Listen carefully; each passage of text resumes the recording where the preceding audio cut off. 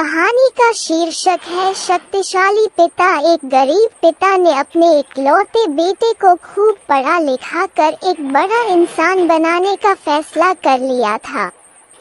पिता दिन रात मेहनत करता और अपने बेटे की पढ़ाई का खर्चा उठाता।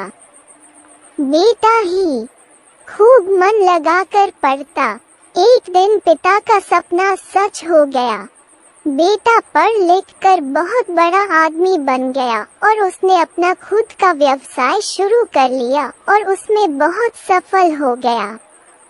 एक दिन बेटा अपने बड़े और आलीशान ऑफिस में बैठा हुआ था, तभी उसके पिता उसका ऑफिस देखने आए। बेटा अपने ऑफिस की शानदार कुर्सी पर बैठा हुआ था। पिता को देख बेटा खुश हो गया और अपनी कुर्सी से खड़ा हो गया।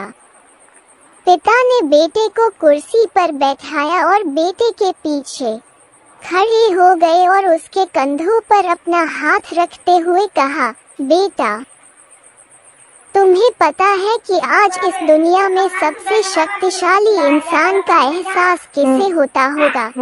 पिता आगे कुछ और बोल पाते तभी बेटे ने कहा, पिताजी, मैं हूँ सबसे शक्तिशाली इंसान।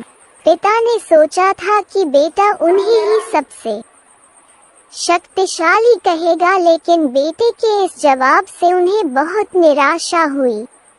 ठीक कहा बेटा। इतना कहते ही पिता बेटे के ऑफिस से जाने ही लगे थे कि एक बार और पीछे मुड़कर वही सवाल बेटे से किया, बेटा, तुम्हें अभी भी लगता है कि तुम सबसे शक्तिशाली हो?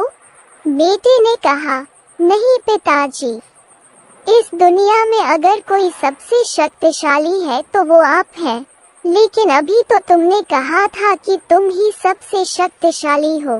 पिता ने फिर पूछा, हाँ, वो मैंने इसलिए कहा था क्योंकि उस वक्त दुनिया के सबसे शक्तिशाली इंसान के हाथ मेरे कंधे पर थे, इसलिए उस वक्त मैं खुद को सबसे शक्तिशाली महसूस कर रहा था।